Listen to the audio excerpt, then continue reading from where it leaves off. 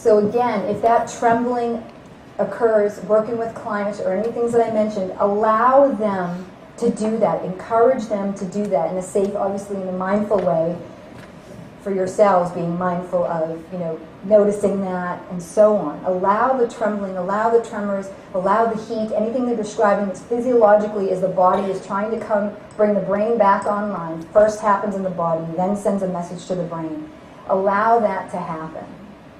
Allow that to happen. And that's what we're talking about with the fight, the flight, the freeze response,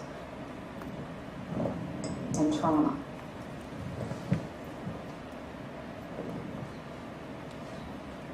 Trauma interferes with evaluation, classification, and contextualization of experiences. That one's a mouthful. And it's cut off a little bit up there, but we can still see it. So memory remains as implicit, stored in the limbic system, which is responsible for the fleeing, the fighting, etc. So the amygdala attaches emotional meaning to incoming information, passing it on to the hippocampus, the brain's early warning system. In trauma, this connection is disrupted, again, not integrated and filed. I trip and fall, I can put that information away. Sammy, who's been traumatized as a child, trips and falls, triggers that speechless terror, and some aspect of it cannot integrate it and file it.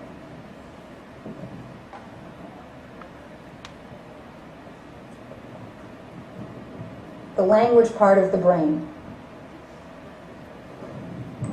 Left anterior lobe is deactivated. The lobe is deactivated, causing speechless terror.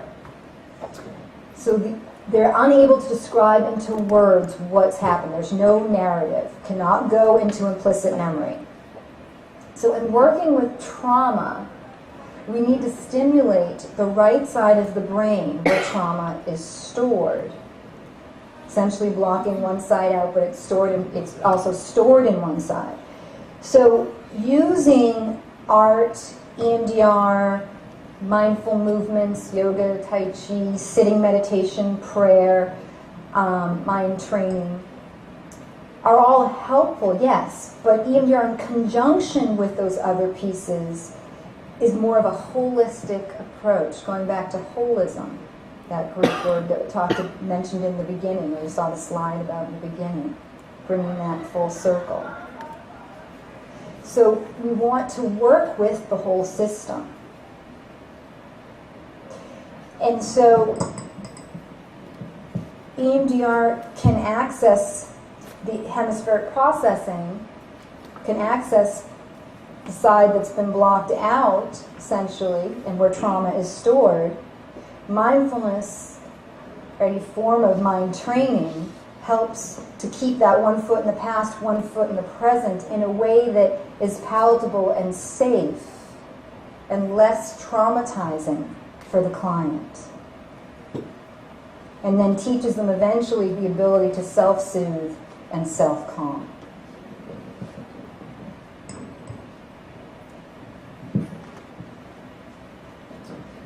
So the limbic system is affected. The left hemisphere locked out, reason absent. Therefore, therapies dependent on language are not as effective. I'm not going to say they're not effective, but they're not as effective. So if we can teach, so that one foot in the past, one foot in the present, teaching the client to pay attention to the non-traumatic stimuli while paying attention to what's happening, so that one foot in the past part, as traumatic material starts to come up, allows it to be palatable, allows them to safely be guided through what can't be processed normally, what cannot be metabolized or is blocked normally for them. Any questions about anything I've said so far? Please.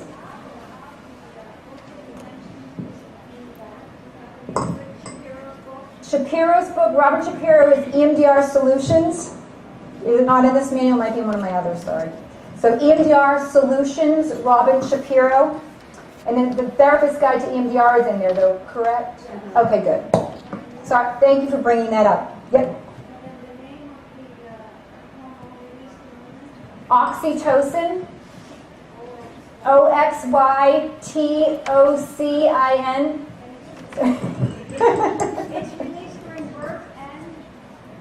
So labor and delivery, and during times of trauma, yes. Oxytocin is released during labor and delivery and during times of trauma. Annette. I was fascinated by it, and I haven't heard that kind of Mm-hmm. information in that way about when we're using too much labor and not using labor, having different responses to traumatic grief. Is there something that you or someone else has written about that? Well, I tried to write down everything you said. Sure. Yes, yeah, and I need to anyways for the recording. So hold on. Digest it all. So the question Annette just asked is, the material that I talked about with the oxytocin and testosterone, the hormones being released during trauma, and why that would affect the fight, flight, freeze response, where that information was found. Where that information was. Ooh.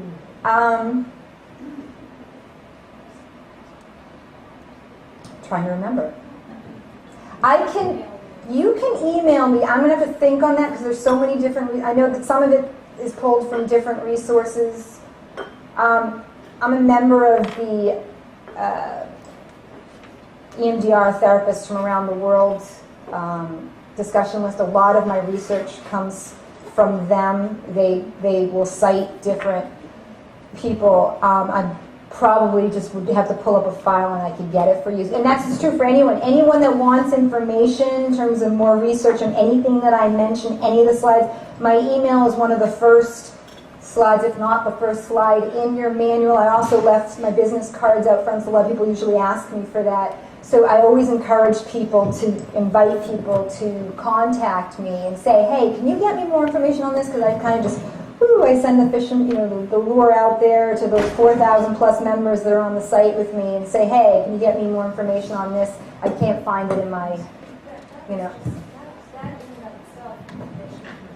Oh, yeah. Yeah, and I'm trying to remember, whether it was on that site or where I pulled it from, whether it was from a book, or Trauma one of the magazines that I get, it could be that even, that's what I'm thinking. It could be one of the somatic magazines.